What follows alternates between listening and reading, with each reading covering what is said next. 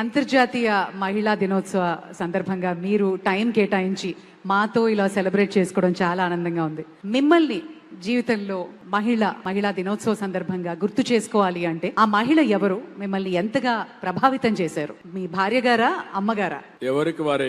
కానీ ఈ రోజు మీరు ఒకసారి చూస్తే మా మిస్సెస్ ఉంది. ఎందుకంటే అందరికి కూడా ఒక ఆలోచన ఉండాలి. అవకాశాలు ఇస్తే అవకాశాలు ఉపయోగించుకోవాలి. అదే సమయంలో మన సమర్థత నిరూపించుకునే అవకాశం వస్తుంది. బిగినింగ్ లో మా మిస్సెస్ కూడా వ్యాపారాలు చేయడం తెలియదు.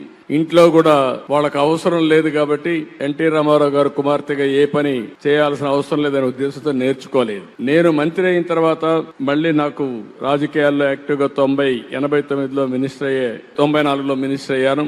అప్పటికి నేను ఒక చిన్న ఇండస్ట్రీ పెట్టాను ఫ్యామిలీ బిజినెస్ కోసం. అప్పుడు ఇంట్లో లోకేష్ చిన్న కుర్రాడు. అప్పుడు నేను ఆలోచించి బిజినెస్ చూసుకోమని మా మిస్సెస్ ను కోరాను. ఆవిడ రిలక్టెంట్ గా రిఫ్యూజ్ చేశారు. బిగినింగ్ లో నేను గట్టిగా చెప్పాను, ఎవరో ఒకరు చూసుకోవాలి, నేను మంత్రిగా ఉన్నాను, నాకు టైం ఉండదు, అదే కాకుండా బిజినెస్ చూడడం కరెక్ట్ కూడా కాదు అని చెప్పితే యాక్సెప్ట్ చేసింది. యాక్సెప్ట్ చేసిన తర్వాత నేను మంత్రిగా ఉండి మళ్ళా ముఖ్యమంత్రి అయ్యాను. 10 ఏళ్లు రాజకీయాల్లో యాక్టివ్ గా ఉంటే అక్కడి నుంచి అంచెలంచెలుగా ఒక సాధారణమైన మహిళ హెరిటేజ్ కంపెనీని డెవలప్ చేసి పిల్లల్ని కూడా అందరినీ, మా అబ్బాయిని కూడా బాగా చదివించి పెళ్ళైన తర్వాత ఇద్దరిని కూడా స్టాన్ఫోర్డ్ వరకు చదివించే పరిస్థితికి వచ్చిందంటే అది మహిళలకు ఉండే శక్తి అని చెప్పి నేను మీకు తెలియజేస్తున్నా.